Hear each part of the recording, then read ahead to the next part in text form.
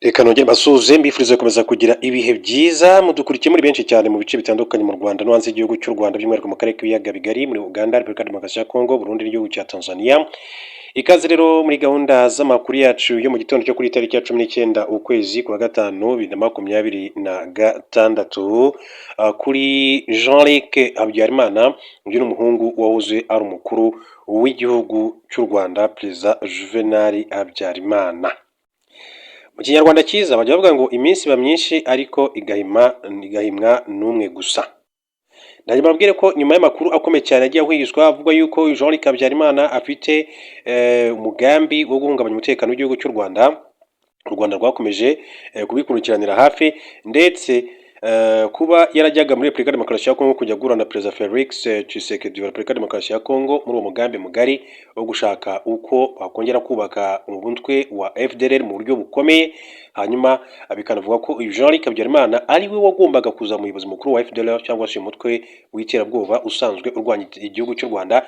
Mbibutse ko uyu mutwe wa FDLR ni umutwe wiganjemo abasize bagize uruhare muri jenoside yakorewe abatutsi mu mwaka w'igihumbi kimwe magana cyenda mirongo icyenda na kane n'interahamwe muri rusange ndetse n'abandi bagifite ingengabitekerezo ya jenoside bakomeza no gukongeza ku butaka bwo mu burasirazuba bwa Repubulika ya Demokarasi ya Kongo. Hanyuma rero mbere gato yuko ngaruka kuri iyo nkuru reka mbanze mbahe andi makuru mu buryo bw'inshamake hanyuma tubone kandi kureba kuri Jean-Luc Habyarimana. Duce mu gihugu cya Kenya mbabwire ko abantu bagera kuri 4 biciwe mu myigaragambyo yatewe ibiciro bya lisansi.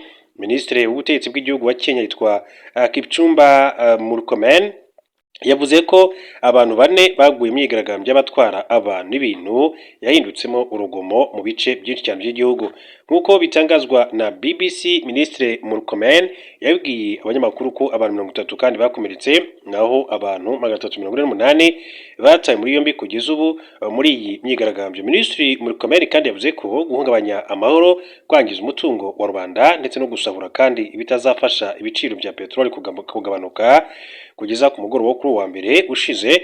Imihanda imwe n'imwe i Nairobi irafunze kubera ikibazo cy'umutekano muke nk'uko amakuru yakomeje kugenda abishimangira.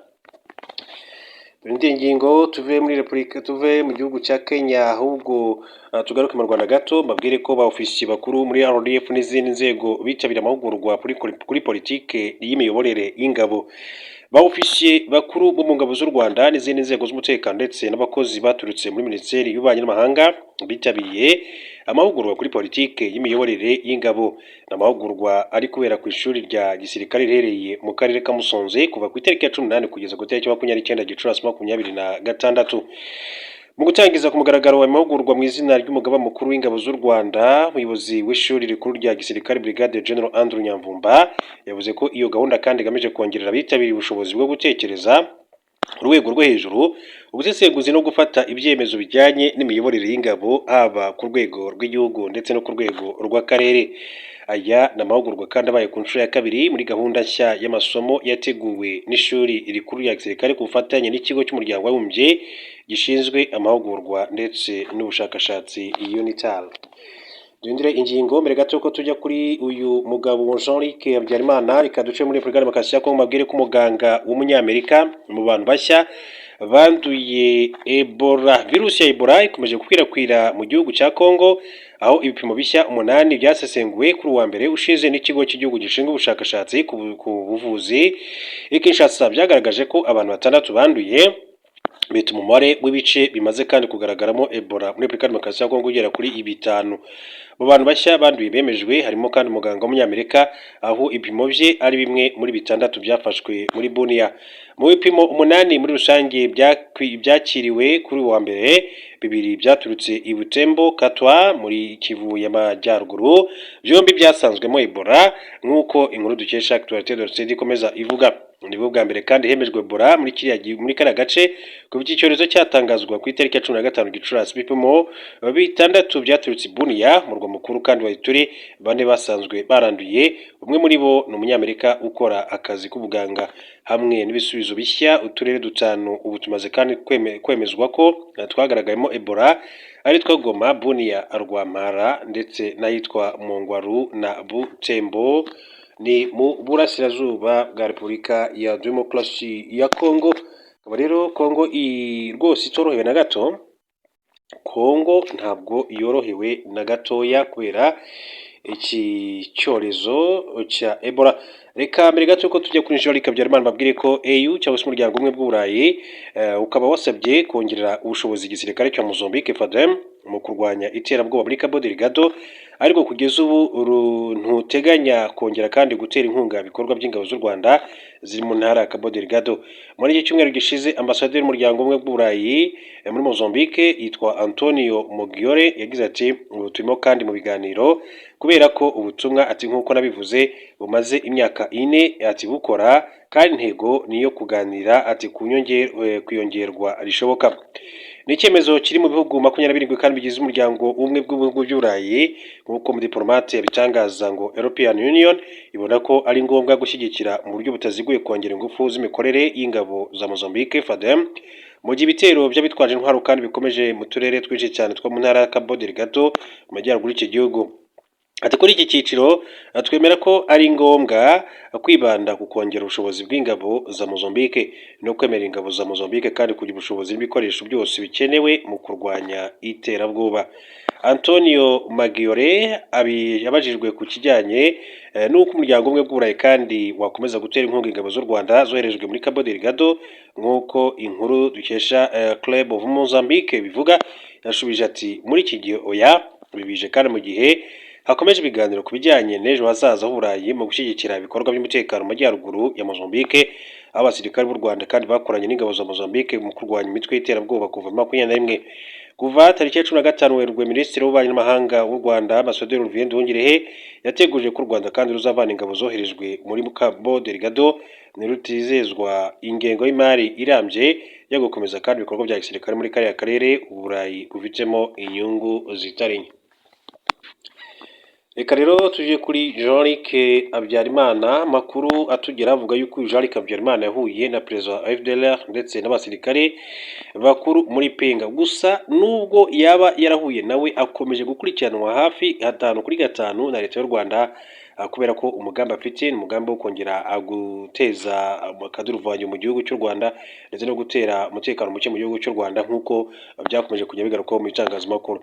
Bivuga ko nyuma y'iminsi rero akorera ingendo i Kinshasa muri Repubulika Demokarasi ya Kongo ni Bujumbura muri Gitega mu Burundi, Jean Luc Habyarimana nk'uko aya makuru yakomeje kugenda abivuga.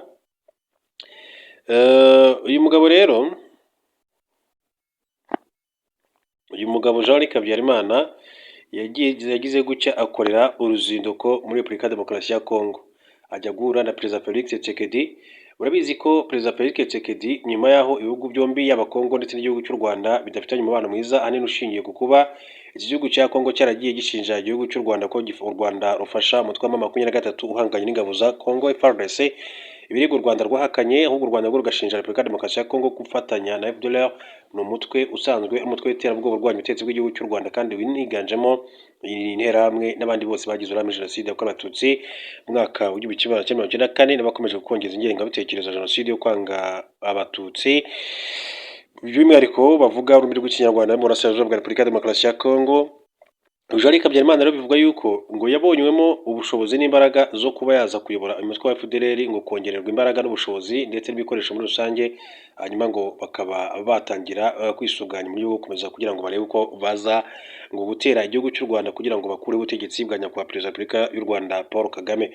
Gusa andi makuru akavuga yuko bamwe mu bo twakwita inyangarwanda cyangwa se mu bari basanzwe barwanya ubutegetsi bw'igihugu cy'u Rwanda benshi batangiye gucika intege, bavuga yuko u Rwanda rumaze kwibaka mu buryo bukomeye cyane, rwubatse gisirikare, rwubaka imiyoborere, rwubaka politike muri rusange, ati ku buryo utapfa kubona aho umenera, ndetse abarimo nk'abapadiri Nahimana bo bamaze gucika intege mu buryo bukomeye cyane. N'uyu Jean Luc Habyarimana rero u Rwanda rwavuze ko rutakwirengagiza mu by'ukuri ayo makuru cyangwa se ngo rubikerense, ariko ko mu by'ukuri ingabo z'u Rwanda zora ziri maso kandi ziteguye gukomeza gucunga ubusugire bw'igihugu no kurinda umutekano w'abanyarwanda muri rusange. Ati nabigerageza nawe nuko nkabizagenda nk'uko n'abandi bagiye babigerageza kandi byabagendekeye. Umushoferi utwara ikamyo ukomoka muri Tanzania yashimye ingabo z'u Rwanda RDF avuga ko zagaragaje ubunyamwuga, urugwiro n'ubufasha bwihuse ubwo yari yagiriye ikibazo cy'imodoka mu ishyamba rya Nyungwe mu ijoro. Uyu mushoferi kandi witwa Musomi mu kiganiro yagiranye n'igitangazamakuru cya Bongo 24 ikiwabo yavuze ko u Rwanda ari igihugu gifite umutekano udasanzwe, aje ku buryo imodoka ishobora kandi gupfira ku muhanda tukayisiga aho iri maze ukagaruka ugasanga nta cyangiritse cyangwa ngo hagire ikibwaho. Yavuze ko ubwo yari avuye i Bukavu muri Repubulika ya Demokarasi ya Kongo aho yari yajyanye umuzigo, imodoka ye yapfiriye rwagati mu ishyamba rya Nyungwe ari kumwe na mugenzi we kandi bya nijoro. Ati twari turimo gutekereza icyo tugiye gukora, ati tubona abasirikare baraje, mu by'ukuri ati twagize ubwoba dutekereza ko ibintu bigiye kuba bibi, ati kurushaho, ati baraje barambwira bati manuka ngwino, ati namanutse mfite ubwoba ariko bansuhuza mu Giswahili, ati batangira kandi kutubaza ikibazo twari twagize. Musomi yavuze ko abasirikare kandi bamubwiye kudahangayika, bamwe bakagenda hagasigara abandi babiri baganiriye nabo kugira ngo rero bumve neza ikibazo bari bagize. Yakomeje avuga ko nyuma y'igihe gito abasirikare bamusabye kujyana nabo ariko akibaza niba bakwiye kandi gusiga imodoka aho yari yapfiriye. Ati narabaje nti turagenda dusige imodoka yonyine, baransubiza bati nta kibazo imodoka ntacyo iba. Uyu mushoferi yavuze ko yajyanywe aho abasirikare bacumbikaga bakamwakirana urugwiro ndetse nawe na mugenzi we bari kumwe bakabaha izimano, ati batwiyakiriye neza cyane, ati batuzimaniye inyama z'inkoko, ati n'urwagwa, ati tumaze kurya, ati baratubwiye bati murare hano muzagenda ejo. Musomi yavuze ko bukeye bwaho umukanishi yaje gukora imodoka yabo maze bakomeza kandi urugendo, agashimira cyane abasirikare ku bufasha n'ubugwaneza babagaragarije. Yasoje avuga ko atigeze kandi ahura n'abasirikare bicisha bugufi kandi basabana neza n'abaturage nk'ab'u Rwanda. Ati sinari narigeze mbona abasirikare baca bugufi kandi bagaragaza urugwiro nk'abo mu Rwanda, ati bafata abantu neza, ati kandi nta kibazo bagira ku bantu. Rero ari ubuhamya bw'uyu musirikare. Nyuma mu yandi makuru akomeje kugenda avugwa, nk'uko nari nababwiye abantu bane bapfuye mu myigaragambyo yo kwamagana izamuka ry'ibiciro bya esansi muri Kenya. Minisitiri w'ubutegetsi bw'igihugu muri Kenya yitwa Kipchumba Murkomen yavuze ko abantu bane baguye mu myigaragambyo y'ubwikorezi yahindutse urugomo mu bice byinshi by'igihugu.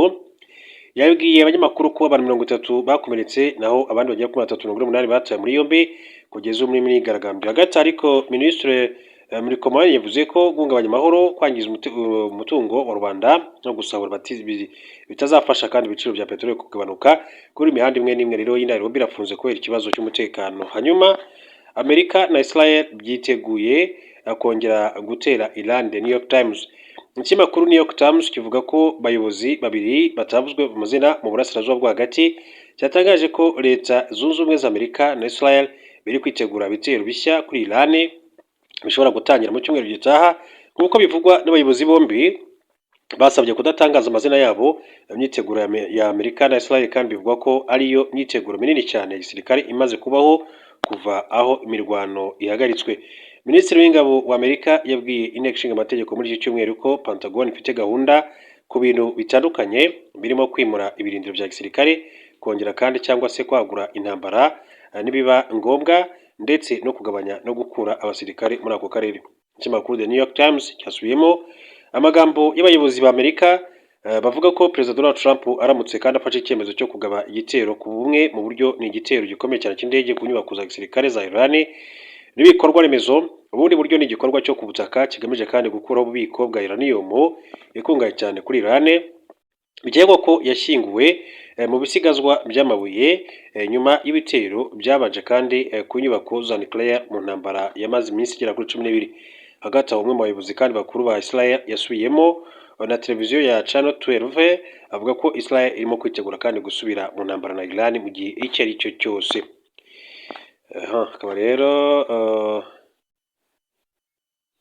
hanyuma makuru abagana uko witwa Shakira yagizwe umwere ku cyaha cy'uburiganya bw'imisoro. Urukiko runategeka ko asubizwa miliyoni z'amadolari urukiko rukuru rwa Espagne rwagize umwere ku byaha by'uburiganya ku misoro by'icyamamare Shakira ndetse runakuraho ihazabu ya miliyoni 55 z'amayero, miliyoni 64 z'amadolari y'Amerika yari yarashyirizweho muri 2021 n'ikigo gishinzwe imisoro muri Espagne nk'uko byagaragajwe n'inyandiko y'urukiko yarebwe na Reuters n'amakuru y'Abongereza kwa mbere. Abuganizi ba Shakira bavuze ko kubavuga ko ubujurire bw'uyu muhanzikazi uzwi ku ndirimbo ya Hips Don't Fly bwategetse Minisiteri y'Imari kumwishyura miliyoni zisaga 60 z'amayero, miliyoni 70 z'amadolari harimo n'inyungu. Umucamanza yemeje ko abategetsi kandi bananiwe kwerekana ko Shakira yamaze iminsi irenga 183 muri Espagne muri 2011 nk'uko amategeko ya Espagne kandi abiteganya kugira ngo afatwe nk'umuturage utanga imisoro muri icyo gihugu. Umucamanza yemeje ko abategetsi bananiwe kandi kwerekana ko Shakira yamaze iminsi irenga 183 muri Espagne muri 2011 nk'uko amategeko ya Espagne abiteganya kugira ngo afatwe nk'umuturage utanga imisoro muri icyo gihugu. Icyo gihe kandi ikigo gishinzwe imisoro cyari cyaravuze ko Shakira yari afitanye isano na Espagne binyuze mu mubano we n'uwahoze ari umukinnyi w'umupira w'amaguru wa FC Barcelona Gerard Piqué kandi ko yari afite ibikorwa bye muri iki gihugu kiri mu nyanja ya Mediterane. Ariko urukiko rukuru rwemeje ko amande atemewe n'amategeko kuko yashingiye ku gitekerezo cy'uko inzu ye yari ifite ibirarane by'imisoro muri Espagne mu mwaka w'ingengo y'imari wa 2011, ikintu kitagaragazwa. Umuyobozi w'ikigo cy'igihugu cy'ubushakashatsi mu by'ibinyabuzima yemeje ubwandu bushya bwa Ebola mu bipimo byakusanyijwe mu burasirazuba bwa Congo. Mu bipimo kandi 8 byafashwe ikatwa muri Kivu y'Amajyaruguru, 2 bapimwe basanze banduye iyi ndwara nk'uko amakuru abishimangira. Muri Kenya umugore wari ufite tattoo ya perezida yapfuye nyuma yo gutwikishwa lisansi. Muri Kenya witwa Rachel Wandeto ni umuririmbyi w'indirimbo zimbaza Imana watewe lisansi n'abantu batazwi yapfuye. Uyu muririmbyi yarazwi cyane kubera tattoo ya perezida William Ruto yari ku rutugu rwe rw'iburyo. Polisi yavuze ko uyu mugore yatewe n'itsinda ry'abagabo 3 bamusutseho lisansi bakamutwika. Urwego rwa polisi rw'igihugu muri Kenya rwamaganye igitero cya lisansi cyakorewe umugore mu gace ka Mwiki mu ntara muri Nairobi. Bitangazo ryasohotse ku cyumweru tariki ya 17 Gicurasi, urwego rwa polisi muri icyo gihugu rwavuze ko abantu batari bamenyekana kandi kuwa gatandatu basutse lisansi kuri Wandeto baramutwika. Raporo yakozwe na polisi yagaragaje ko uwahohotewe yahiye ku kigero cya 70% nyuma akajyanwa mu bitaro bya Kenyatta Hospital kugira ngo avurwe, by'umwihariko ubwo yamusuraga mu bitaro bikuru by'igihugu bya Kenya National Hospital. Ati ku cyumweru Minisitiri w'itumanaho y'igihugu Kipchumba Murkomen hamwe n'umuyobozi wa polisi y'igihugu babwiye itangazamakuru ko ibyabaye kuri uwo mugore ari ubugome bw'indengakamere. Uyu munsi rero avuga ku rupfu rwa Wandeto, Kipchumba yanditse ku mbuga nkoranyambaga ati nta muntu ukwiye gukomeretswa cyangwa se kwicwa kubera ibitekerezo bya politike uyu munsi muri imyaka. Polisi yavuze ko iki kibazo kirimo kandi gukorwaho iperereza n'itsinda ryihariye riturutse ku cyicaro gikuru cya DCI. Uyu mugore yari afite tattoo y'ishusho ya perezida Dr. William Samoei Ruto wa Kenya n'amagambo two term yakundaga kandi kwerekana ku mbuga nkoranyambaga, aho benshi bavugaga ko ari ayo gushyigikira Dr. William Samoei Ruto kongera gutegeka icyo gihugu manda ya kabiri. Polisi yavuze ko iperereza rya mbere kandi ryerekana ko icyo gitero gishobora kandi kuba gifitanye isano n'ibitekerezo bye bya politike. Rero ari ibyabaye muri iki gihugu cya Kenya. Reka mbashimire kandi mwifuriza kuza kugira